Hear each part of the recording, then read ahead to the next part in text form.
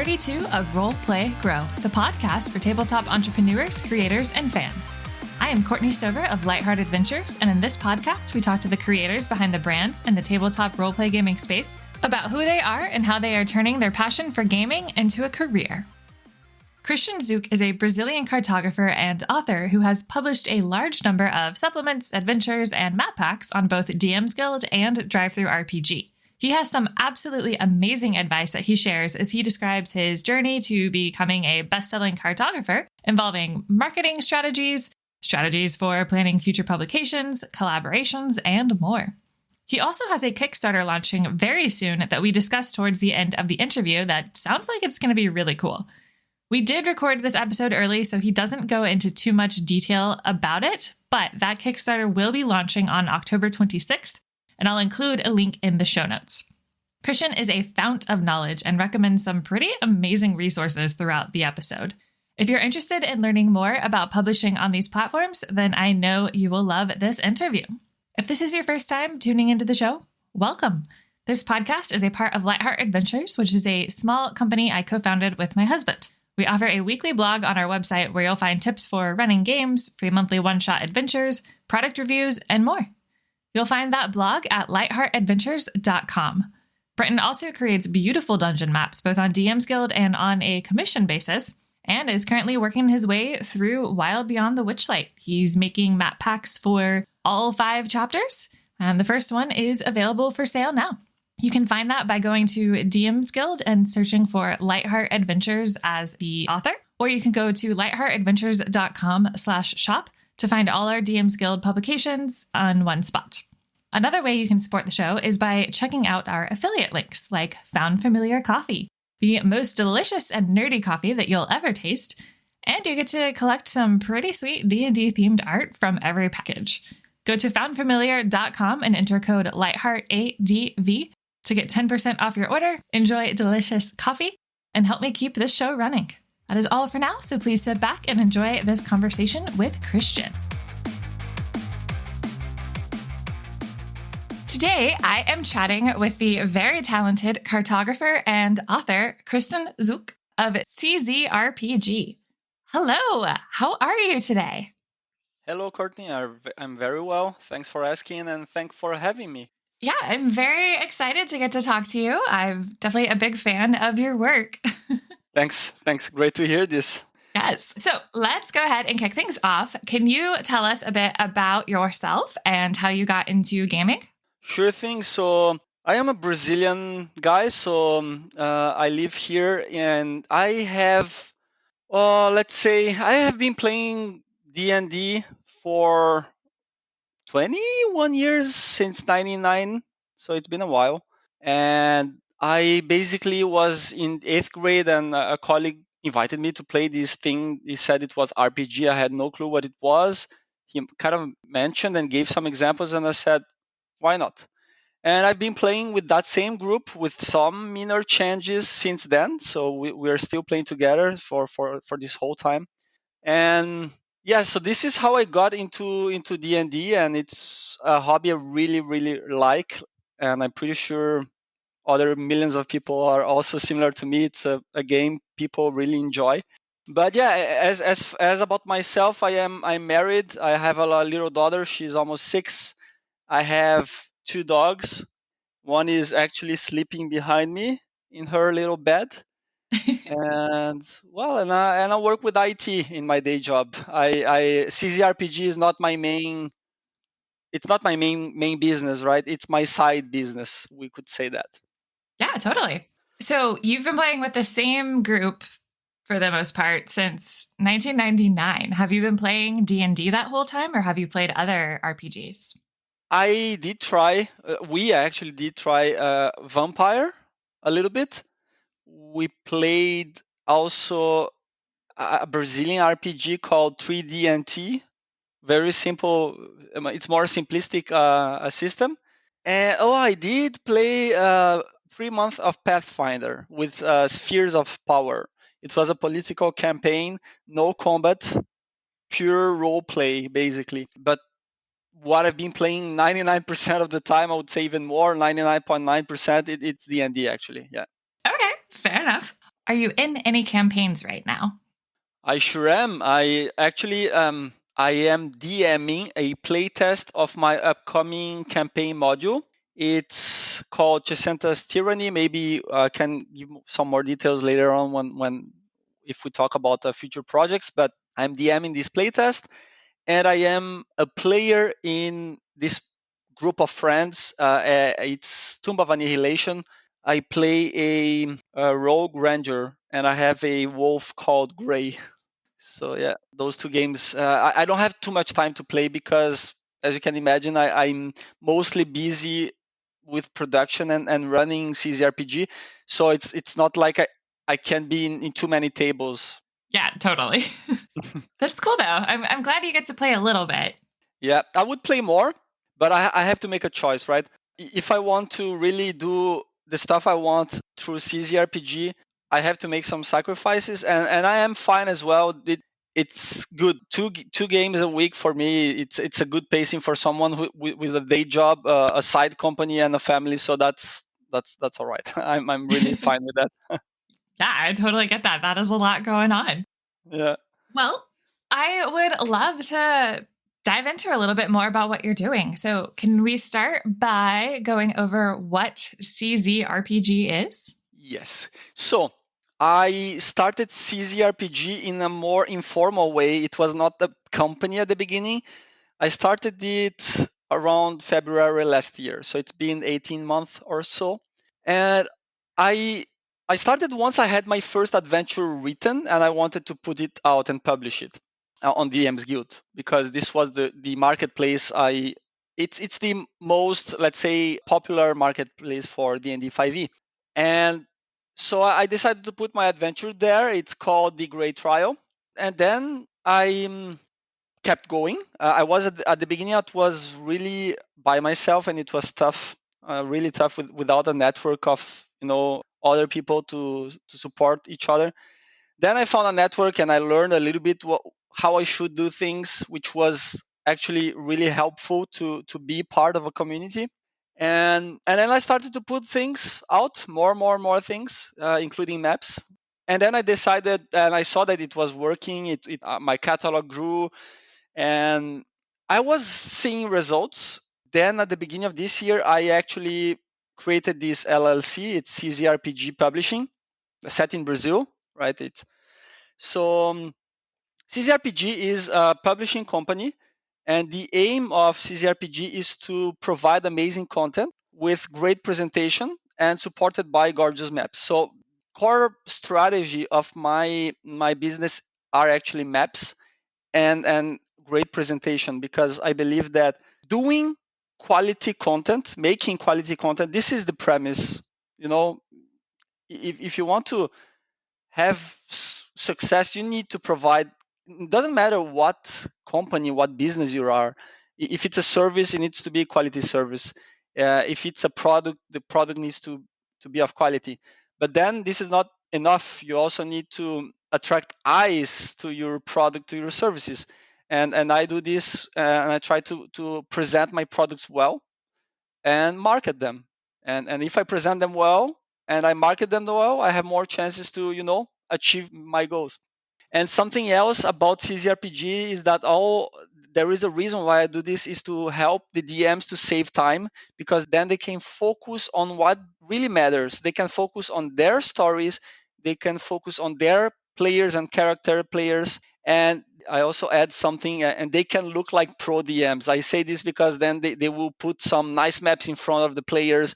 They will throw nice art at them, on VTTs, or even it could be in person as well. But yeah, that's more or less what CZRPG do. So I work with basically 5e content and maps, and these maps, they could work in any fantasy system. Actually, it doesn't need to be D&D, so it could be anything that needs maps for battle. In summary, that's more or less CZRPG. Yeah, that's awesome. And I didn't realize that it's still been so soon since you set it up, but you've got so many publications. Yeah, I've been on. I consider myself on a maybe not the most healthy pace. I am going a little bit too hard on this. And it's not a pace I can keep for too long. For example, I cannot work at this pace for 10 years because not going to work. I've been working 65 hours a week. It's 40 from my day job and 25 at CZRPG. So it's not easy, but I decided to do it, and I am fine doing it for a short time frame. Maybe I'm being naive, but I will try to slightly slow down a little bit next year. Let's see how that goes.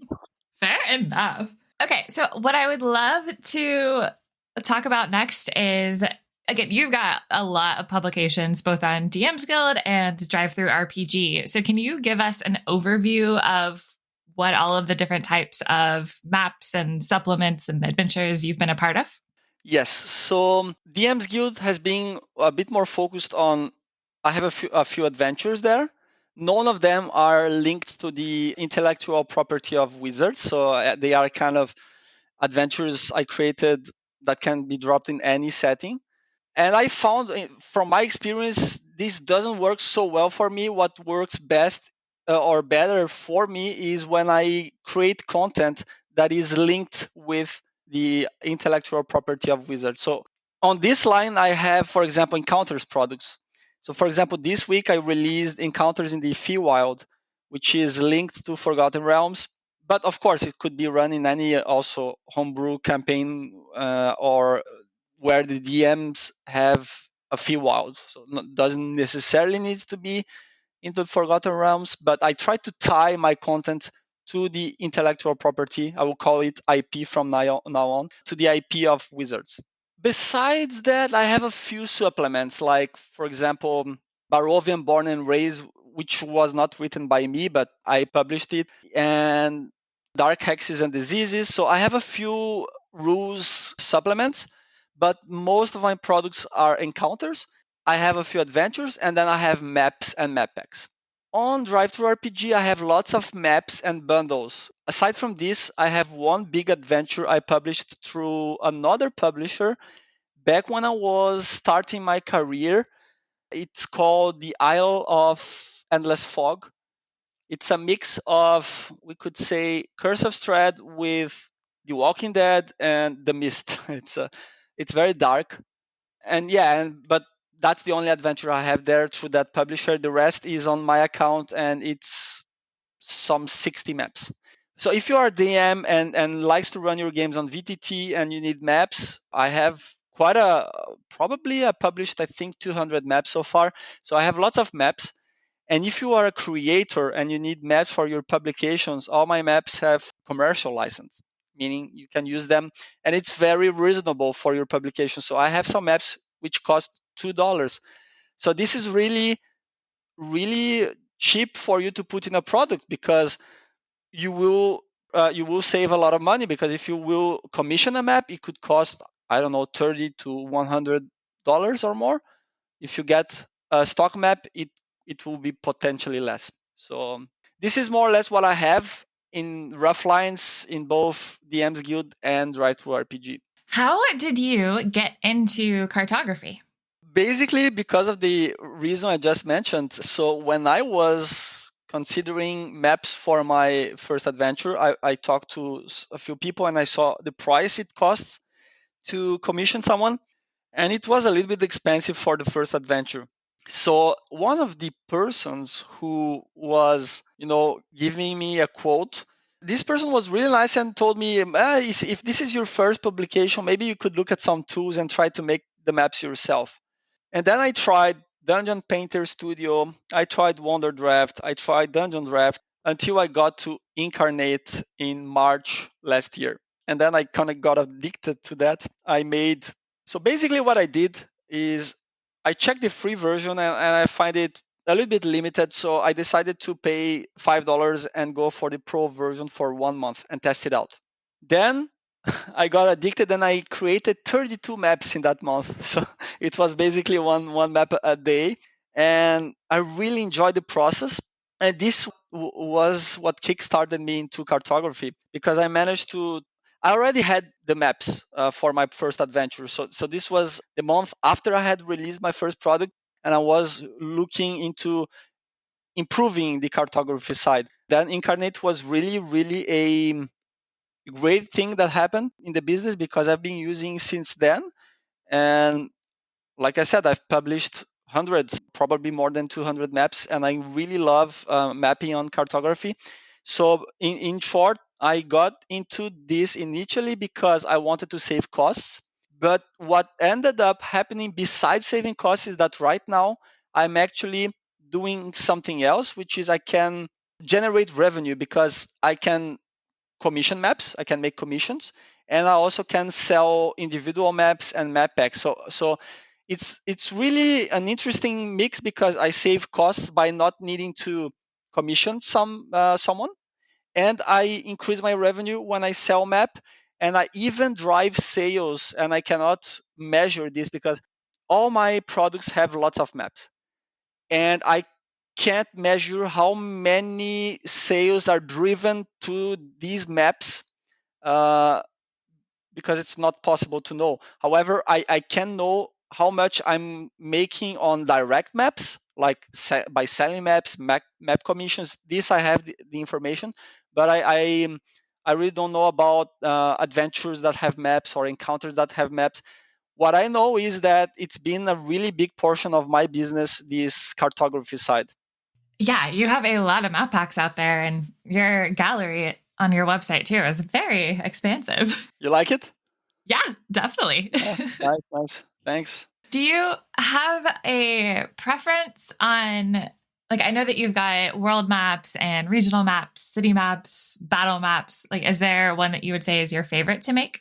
Yes, my favorite kind of map to make right now are wilderness battle maps. This is actually what I've done the most, but I've done all kinds of maps so far, right? Like you said, you listed a lot, and in my gallery you can see the all the kinds of maps I've done. But really, what I enjoy the most is making wilderness map, mostly because when I have to do interior maps, for example, a tavern or I don't know, a mansion or something like this, I am not an interior design person. So I struggle to have ideas on how to fill the rooms, what kind of decorations to put. In the end, I always manage to do something, but I see other cartographers who maybe are more have more, this talent of interior design or architecture or decorations, and I see their maps and I feel I wish I had those ideas. So I am fine doing this kind of map, but I struggle a little bit more than doing wilderness maps. And if you check Drive Through RPG, you will see that most of my stock maps there, they are actually wilderness. Yeah, that makes sense. Okay, you got into cartography because you essentially were needing to get maps for your first publication. So, how about we go back even further in time and tell me about the transition from playing with your friends and working on things for your friends and how you decided that you wanted to start publishing your own adventures and supplements. Yes, so back in 2018, actually, I was looking for a new setting because we always played in Forgotten Realms. And I wanted to try something different. And I found on Reddit a free PDF, an adventure that was really nice, set in Innistrad, which is a plane from Magic the Gathering, right? So it has some Ravenloft vibes. Although having played Curse of Strahd, I still prefer Ravenloft, but Innistrad was very interesting. So I ran a campaign in Innistrad using the first 5 levels as part of this PDF, and I looked at the PDF and it was really really pretty and beautiful.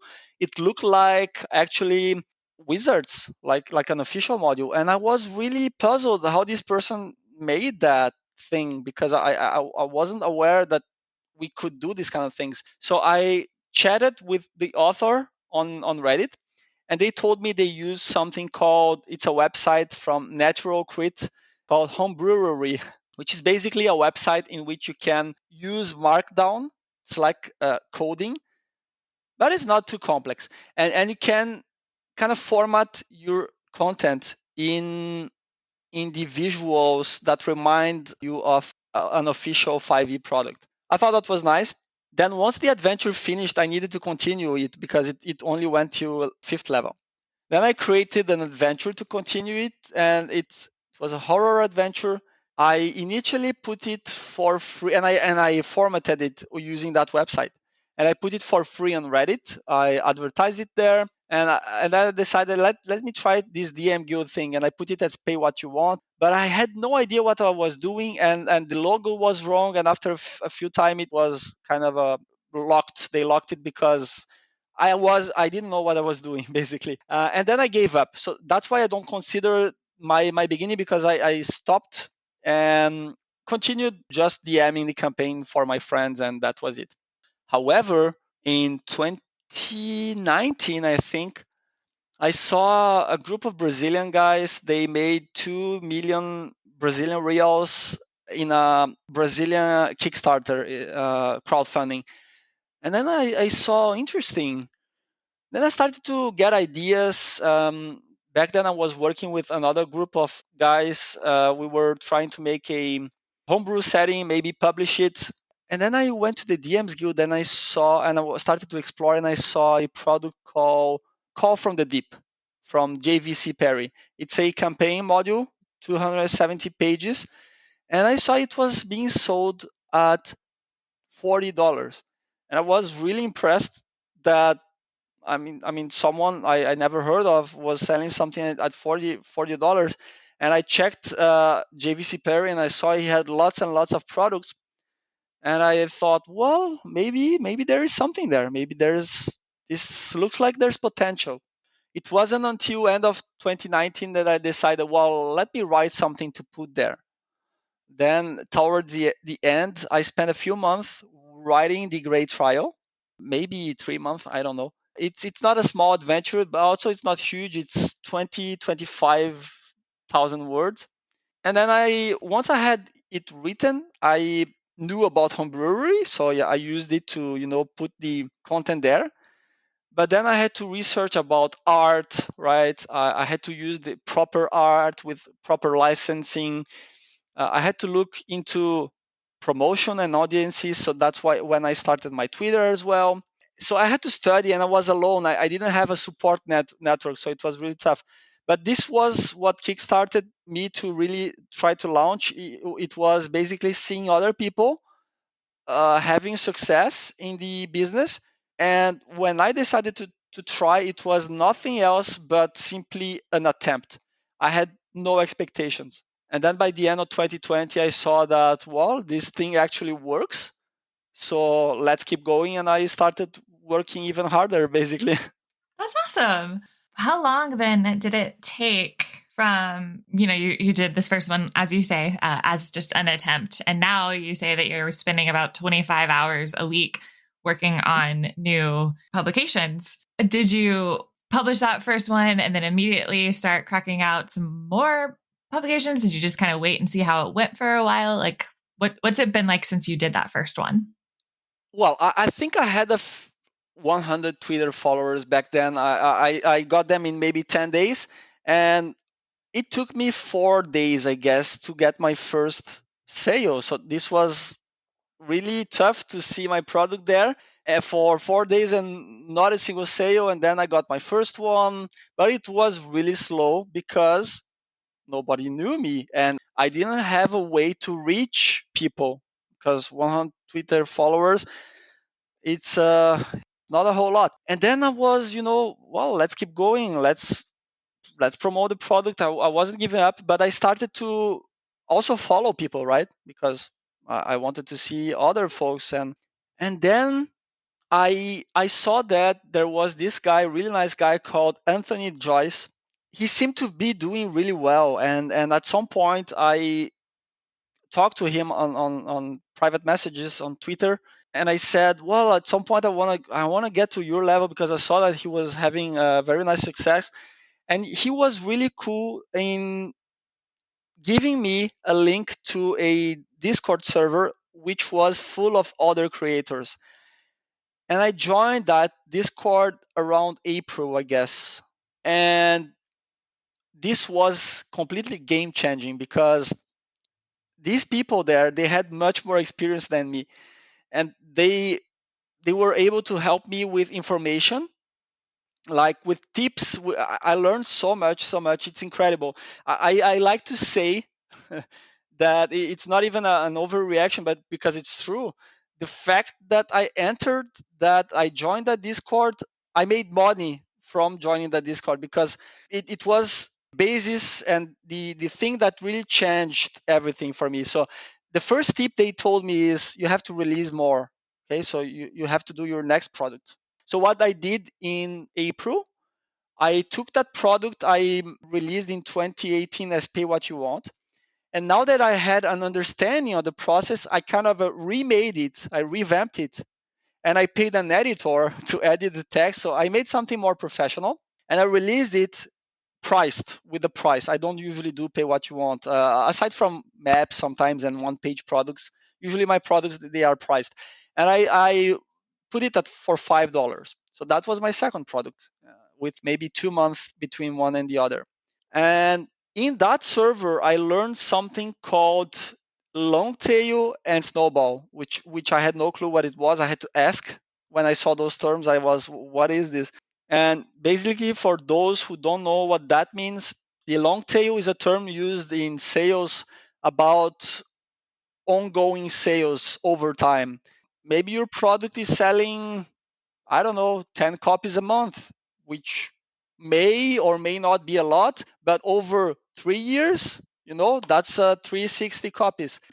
So it's the power of time over the sales. That's long tail. Snowball is the power of releasing one product after the other. Basically, what happens is that every time you release a product, there is a chance that your previous products can have sales because people may look for what else have you done, or so you start building up your catalog. And when you have lots of products during a long time, you get really these snowball effects of sales being generated. So basically, this really works, and it took me some 6 months to see the effect of this. It was small at the beginning, but if you go to my blog post, I posted at the end of 2020, I posted my experience during that year. And this effect is really visible because I don't have a problem sharing the results I'm getting, because when I joined that server, some people were doing that and I found it very useful. So I have screenshots of my monthly reports, and you can see at the beginning it was really small, really low amounts. And slowly, every month, you would see this growing up. So this can be seen visually in my blog post. If you want to get a feel of what is this long tail and snowball effect, that blog post can really help. It's in my website, and it's one of the first blog posts I have about my experience with 2020. If you're interested, but yeah, that's how it went. So after I released my second one, I started to think on my third and my fourth, and that's how it went. That's a really cool story. And that's a lot of really good advice and insight into kind of the compounding effect of continuing to publish on these platforms. I am curious, after getting so many publications out there, what your thoughts are on publishing on DM's Guild versus DriveThruRPG. Like, I know that DM's Guild is a lot more like has to be very D&D focused, kind of using their IP, and DriveThruRPG can be a little more flexible, but just do you see more success on one platform versus the other? Do you prefer one platform? So different people have different opinions on that topic. So what I can tell you is, in my opinion, I would recommend new people without an audience, so people like me at the beginning, to publish on DM's Guild. So basically, the downside of this is that DM's Guild takes 50% of royalty. So it's a rather lot. However, DM's Guild is the biggest marketplace for D&D 5e. And even if you are not tying your products to the IP specifically, you still have more chances for people to find your product there. And I would even go and simply focus on tying your products to the IP. Why not? Unless you're maybe not so familiarized with the IP, then maybe do your own stuff. But why do I recommend the DM's Guild? It's because you have more chances for people to find your stuff there, meaning you can work on building up a catalog and simultaneously also building up an audience. And I'm not sure if we're going to talk about marketing here, but I just want to briefly say that social media works, but I would recommend something else in addition to social media, which is email marketing. Because once you have an email list, you can shift your audience to other places. So once you do this, for example, 1 year, 2 years on DM's Guild, you can shift to Drive to RPG. So Drive to RPG is a platform which allows many other systems, including D&D 5e. However, you cannot use the IP there. You have to do your own, let's say, content. So you can create your own scenario. You cannot cite any like Forgotten Realms. You cannot cite Elminster. You cannot cite Eberron, nothing like that. But since there are many other systems there, 5e is not the focus, and it's much harder to sell there if you don't have an audience. However, in the long run, it is a very good platform because the platform stores the emails of the customers, and you have a tool in that platform which allows you to send emails to them, meaning that it's kind of a snowball as well, because each product you put there, you get new. It's sale you get there, you get new emails, and you can tell people, hey, I released a new product, and it goes straight to their inboxes. So this is my recommendation. Some people simply go directly to Drive to RPG, which is fine.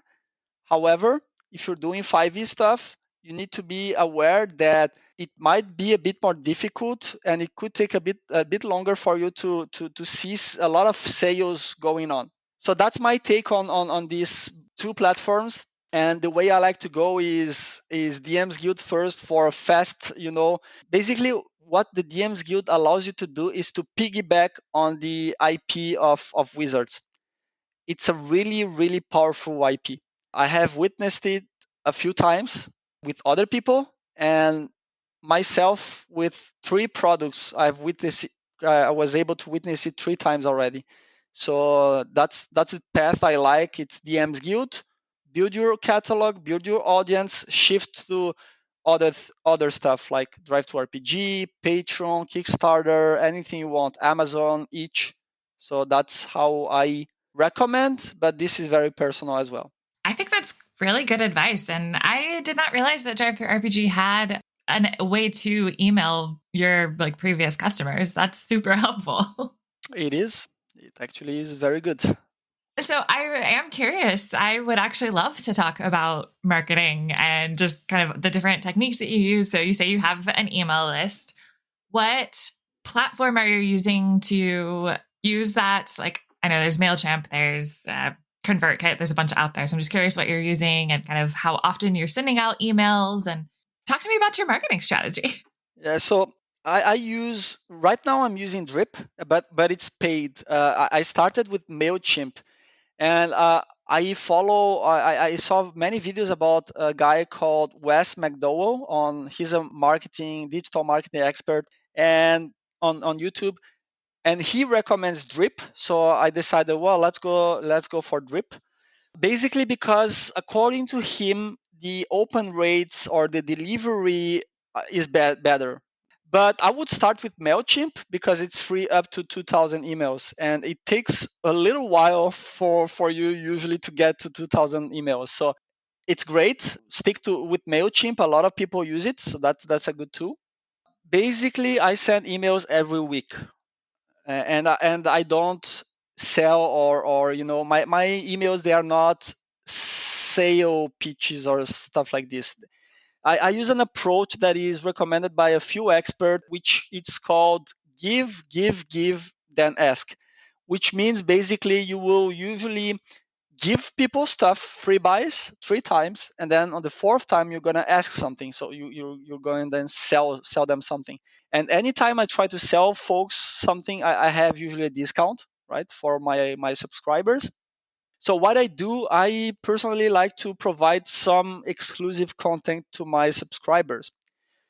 Every month, once a month, I send an email with a exclusive map, an encounter, and a creature. So of course linked, right? The map is for the encounter and the creature is also for the encounter. Aside from this, I usually send a free map here and there. I do lots of pics of my content.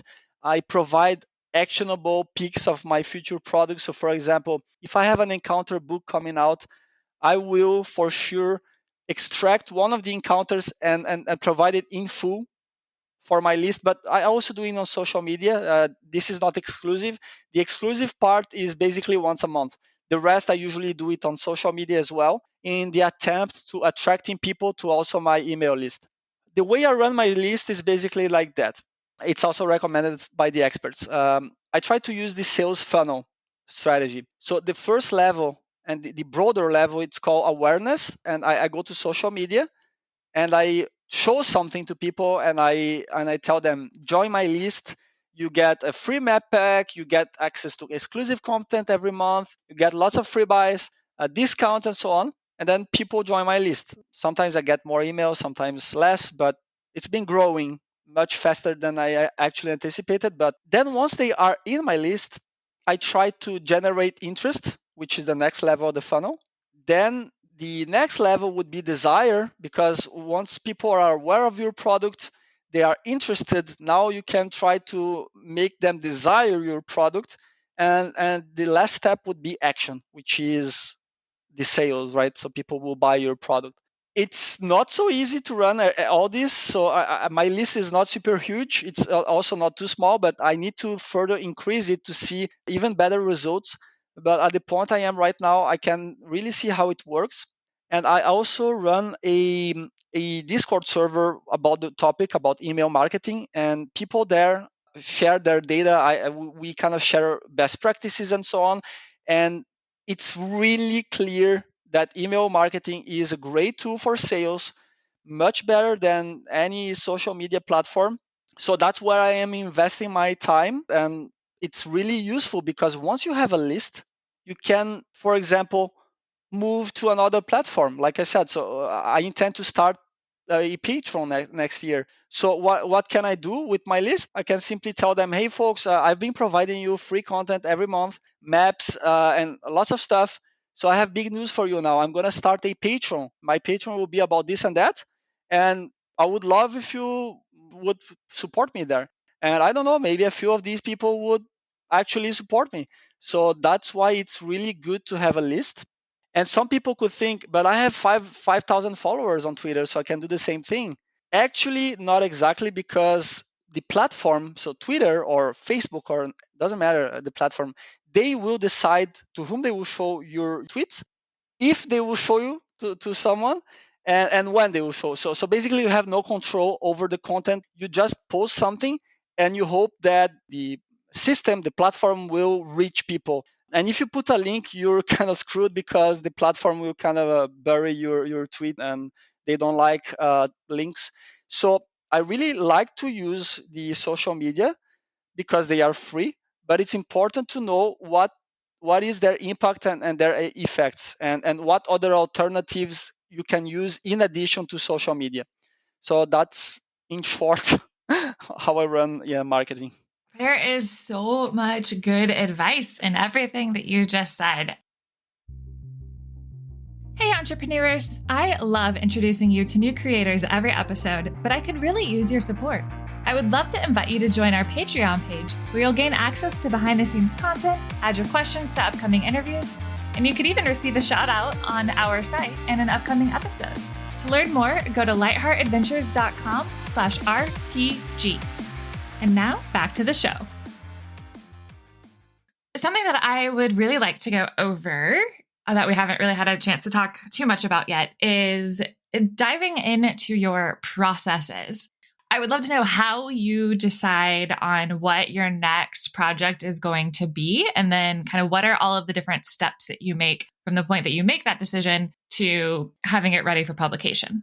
Okay, so I had two kinds of content I wanted to put out. So one content was not related to the IP, and it was some adventures. So I have this Great Trials series. I have 3 adventures there so far and 2 one-page adventures. But since they are not related to the IP, they are a bit more hard to sell. They sell a bit more slowly. And I am not taking them as a priority, although they are something I really like to pursue. But now that I'm running a business, I'm trying to go with stuff I think will actually reach more people. And I also have a product that is also not related to the IP. It's called the Adamantine City of Tarondir. It's a plug and play city. You can place any setting, including Forgotten Realms or Eberron.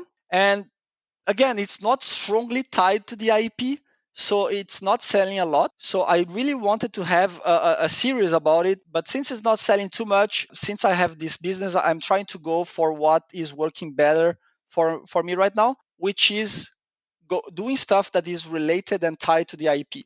So I have a product line which I call Gap. It's basically filling the gaps that the official modules leave. So, for example, Descent into Avernus is really cool, but the DMs need to do some kind of a tweaks because it has some gaps. Same with pretty much most modules. So what I did, I invited people who have run these modules, and they were the writers, and they wrote encounters to fill those gaps. I made the maps, and we put out some of them already. Some others are in production. So far, we have modules for Avernus, we have modules for Horde of the Dragon Queen, we have for Ghost of Saltmarsh, Tomb of Annihilation, Curse of Strahd. So we have a few already. And this is my Gap product line. And then I have a Ravenloft product line because I noticed it was last Black Friday that Ravenloft fans, they are really fervorous. They really love this setting.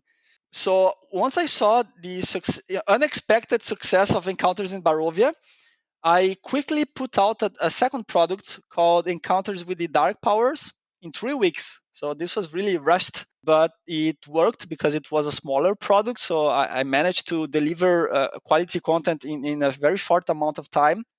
And it also was really, really huge success. And I decided, well, I'm gonna create more Ravenloft content.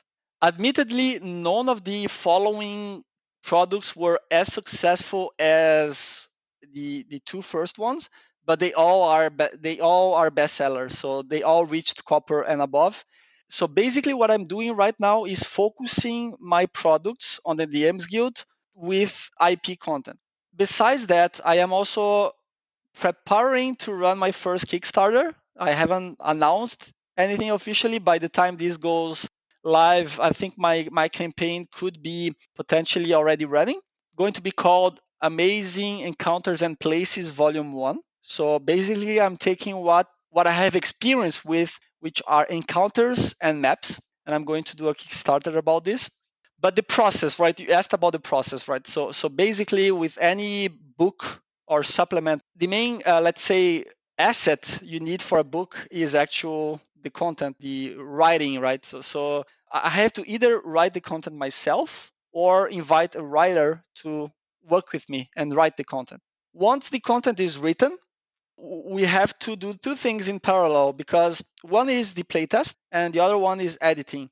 And I say in parallel because usually my experience with playtest is that there isn't too much to be changed, and usually it's small things. So there is still time during editing to address those small changes required from a playtest. And since playtest takes so long, because you have to find playtesters, you have to give them time to run and then provide your feedback, I like to run this in parallel.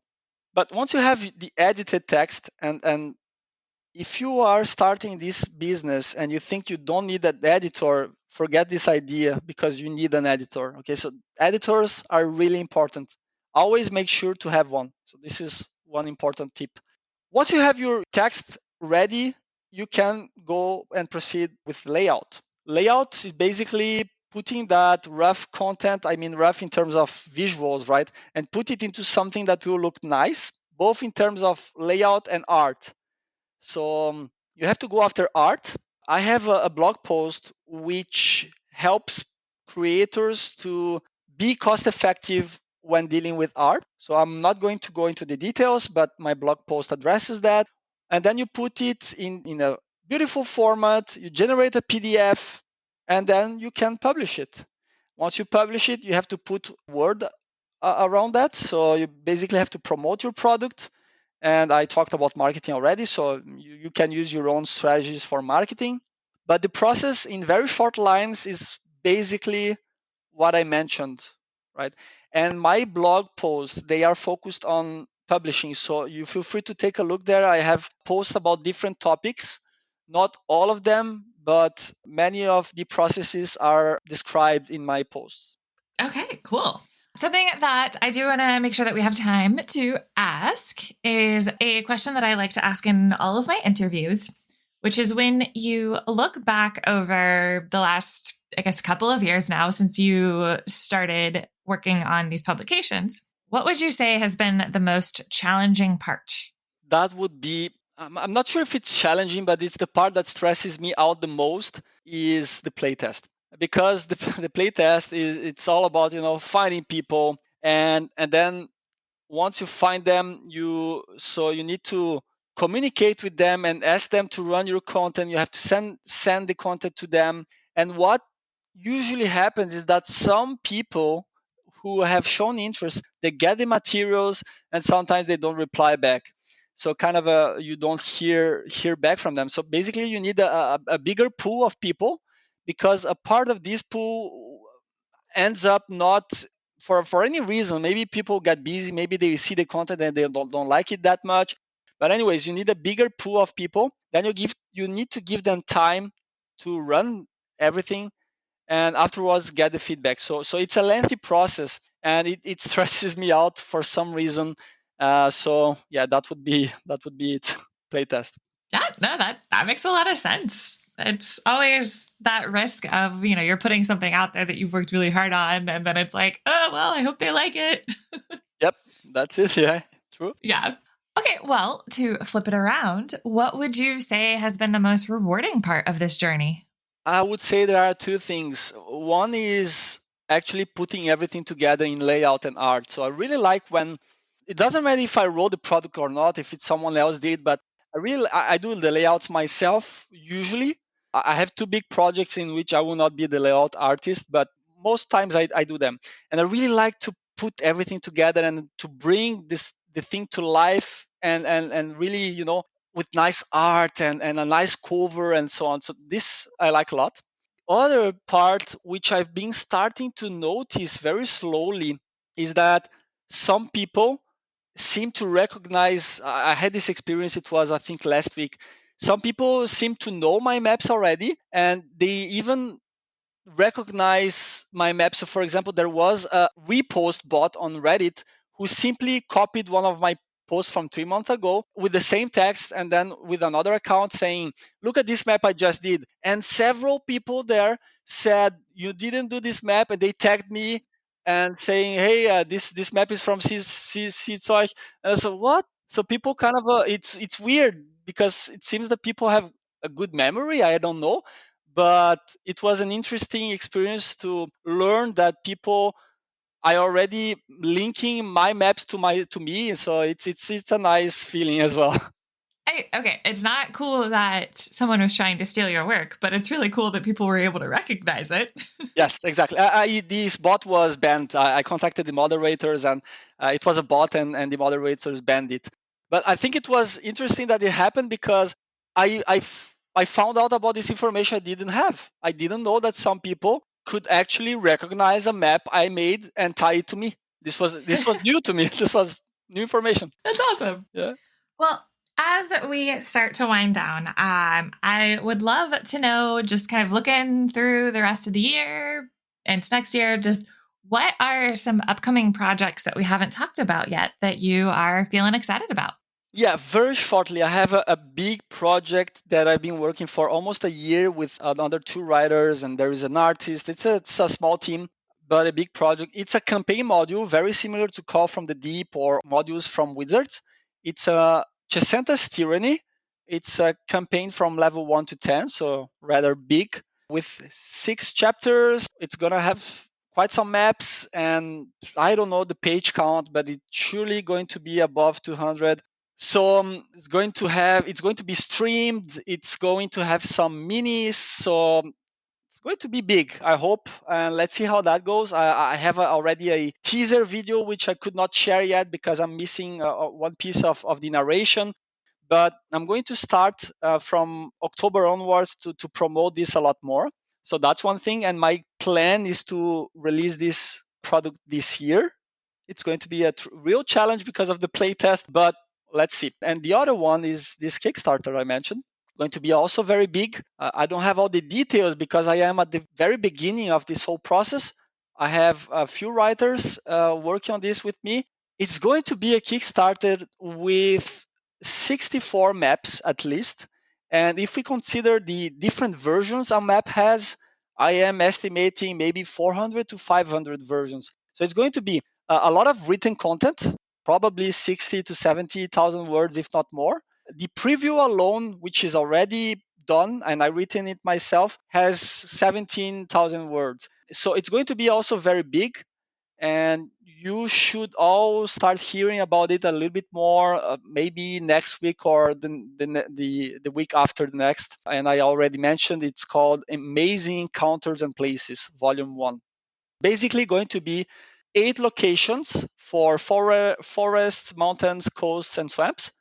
Each location with 6 encounters, which are standalone. There is going to be an optional overarching plot which can tie all these encounters into an adventure. And we will also provide a final encounter to close this adventure. And all these supported by maps. Okay, so it's going to be 56 encounters. So yeah, lots of content. And finally in 2022, my plan is to be a little less on DM's Guild and a little bit more on Kickstarter and also Patreon. So this is basically my plans so far. Okay, that's awesome. You've got a lot going on, and I'm definitely excited to see that Kickstarter. Thanks for allowing me to speak a bit about those projects. I'm really excited about them. Yeah, definitely.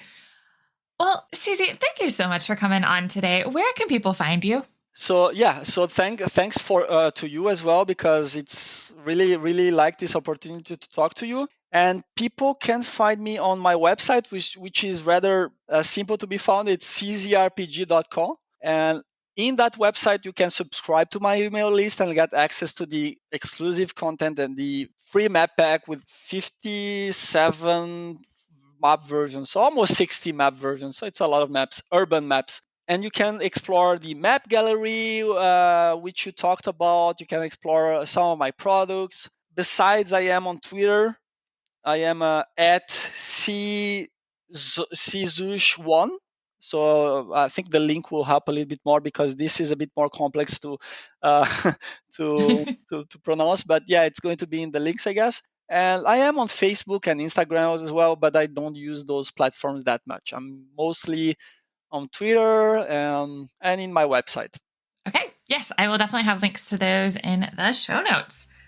But seriously, thanks for coming on today. This has been really cool to learn about all the stuff that you do. You just finished another episode of Roll, Play, Grow. To check out the show notes from today's episode, you can go to lightheartadventures.com/RPG. To keep up with every episode, please subscribe on your podcast player of choice. And if you're enjoying the show, I would absolutely love if you would leave me a review and share this episode with your friends. Your review might even get featured on an upcoming episode. To follow me on Twitter, you can either find me at lightheartadv for our business account, or at KetraWCR for tweets on gaming, my dog Bowser, and other random shenanigans. You can also find us as Lightheart Adventures on both Instagram and Patreon. Thank you so much for listening, and I'll see you next time on Roll, Play, Grow.